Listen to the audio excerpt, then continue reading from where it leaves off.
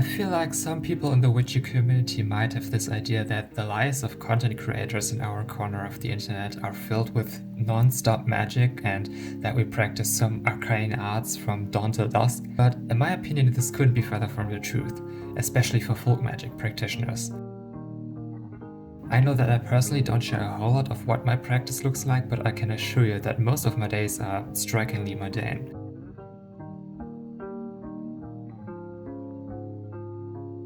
So showcasing this mundaneness of daily life as a witch is partly what inspired this vlog. To show to people that most of us do the exact same things as everyone else. We clean, we go to school or work, and do laundry. Was macht ein Umweltpolitolog denn irgend so? Die darf nicht nur forschen, wenn er Professor ist, der muss auch lehren.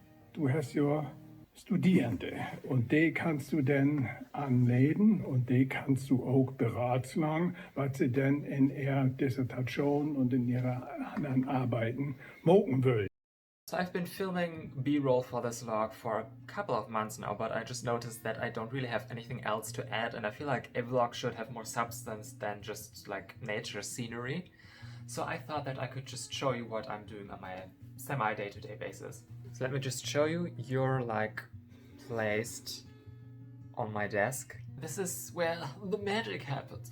Anyway, so the first thing that I probably have to do is check my university email inbox. Because at the beginning of the semester I applied for a university course, and on my end everything looked fine. Like the website where you can see what courses you've enlisted in showed me as enlisted in that course, but a couple of days ago I got a very distressed email from my professor being like, hey, I can't find you in this system anywhere. And I'm like, weird, because on my end everything looks great. So we had a back and forth through email, and basically it's probably just a glitch in the system that I don't show up, which sucks because I really need those credit points. So I basically have to argue with my university again to be like, hey, your system is flawed, there's a bug there, can you help me in any way, shape or form? Which, I mean, some things like that have happened before, like not this specifically, but I previously also had issues with like the system and credit points with my university. And whenever that happens, they're usually always on break, weirdly enough.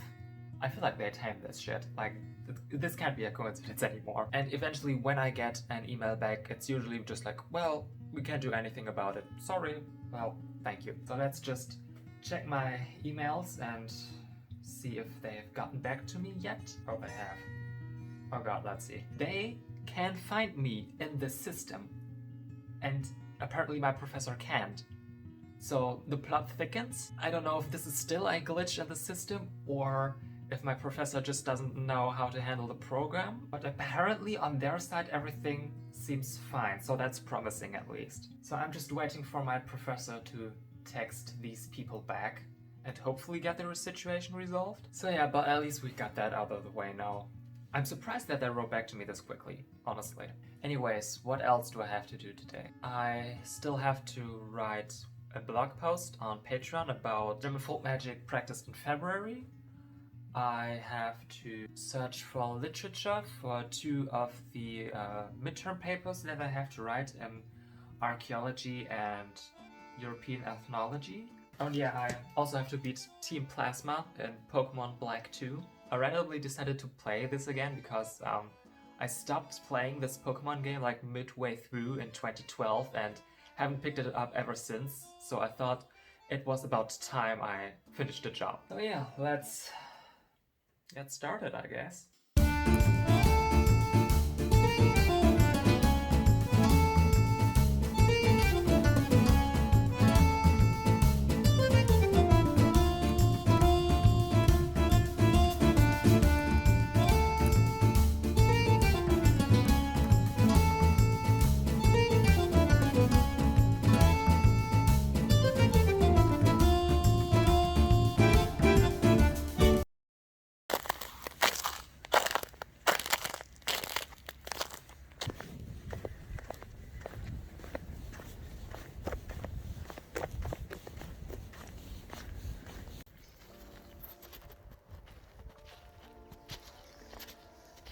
In my practice, I try to be in touch with my local landscape as best as possible. I try to familiarize myself with the tree down the street and the stream flowing through my village. This is one of the most important ways in which I connect to the land spirits here. As someone who lives in a place that experiences 4 distinct seasons, I also try to take note of the changes in nature. For example, a place that I'm familiar with in the summer might feel like a stranger in the winter, so I want to get to know all of its faces. Our forests here in the summer are teeming with life, and in the fall they frequently flood, making paths you walked on before inaccessible.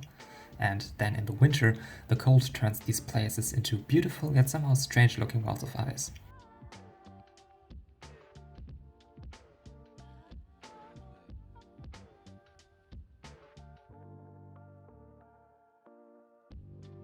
In my experience, the land spirits here also change their behavior from season to season. One land spirit that might be very helpful and talkative in one season could be completely unresponsive and even hostile in another. So this is also what my walks are about, to get to know how the spirit and how the energy of the land changes.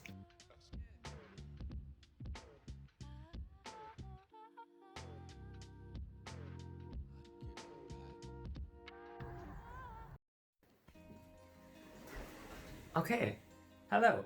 So, different day again. Please don't mind my hair, I just stepped out of the shower. Today, wait, we're crooked. That's a bit better.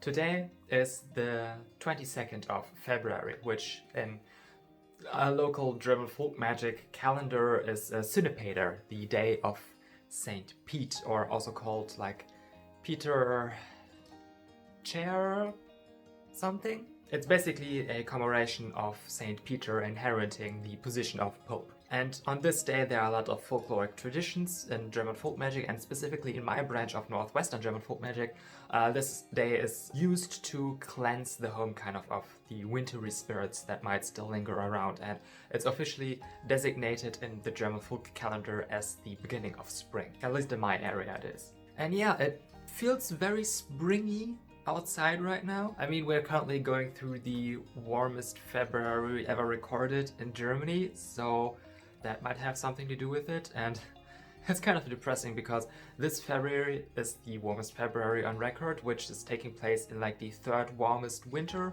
in record, which started in 2023, which was the warmest year ever on record in Germany, which actually surpassed the previous year's record of being the hottest year ever in Germany. So we're cooking. But anyway, let's get to the folk magical cleansing aspects of this day. Now, if you're curious about the details, I already made a very in-depth blog post on Patreon about this exact tradition and many other traditions taking place around the February time period in my branch of German folk magic. So if you want the full in-depth tea on that, you can hop over there and read that blog post. The gist is that on this day, the thresholds within the home are like knocked on, either with a wooden hammer or just regular with your fists, to kind of knock out the winter spirits. This is called like Sonnenvogeljagen, and this translates to hunting the sunbird, and scholars are kind of debating on what exactly this sunbird is. There's a dog outside.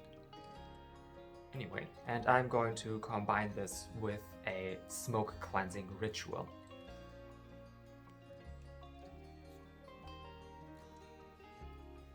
So I hope you can kind of see what I'm doing right now.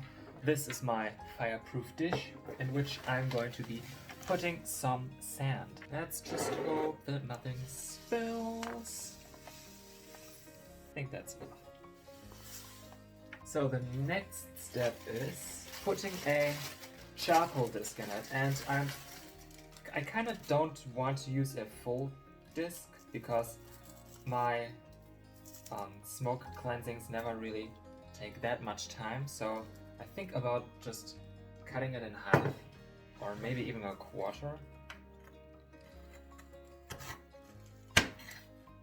Okay, and FYI, this is the herbal blend that I still have from like maybe 2 years ago, because I made way more than I initially needed to, so this has carried me a lot. And this is basically a collection of herbs from my garden, which are all kind of associated with cleansing abilities and warding abilities, and they were collected on a specific day during a specific time. And I've talked about this